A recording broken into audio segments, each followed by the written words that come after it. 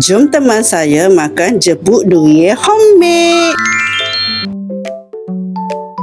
Jom makan jepuk durian. Kalau orang luar panggil kak cucu durian. Orang Kelantan panggil jepuk durian. Bismillahirrahmanirrahim. Yummy. Sedap. Ni bawa balik. Nangis masa kecil-kecil. Mak saya masuk ni. Buat gini. Bawa bekal jepuk durian ni giyu. Makan ramai-ramai sedap.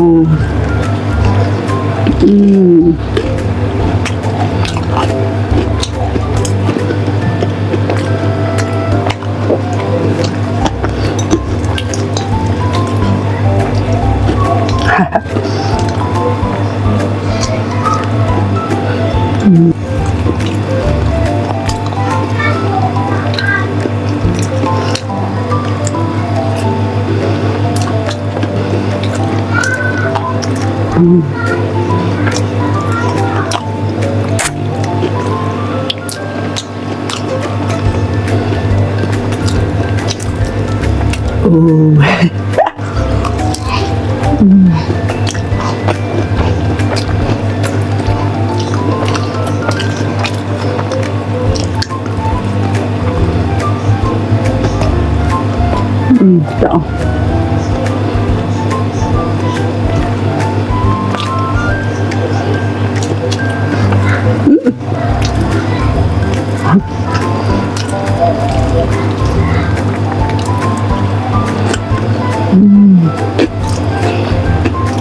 Jepuk durian.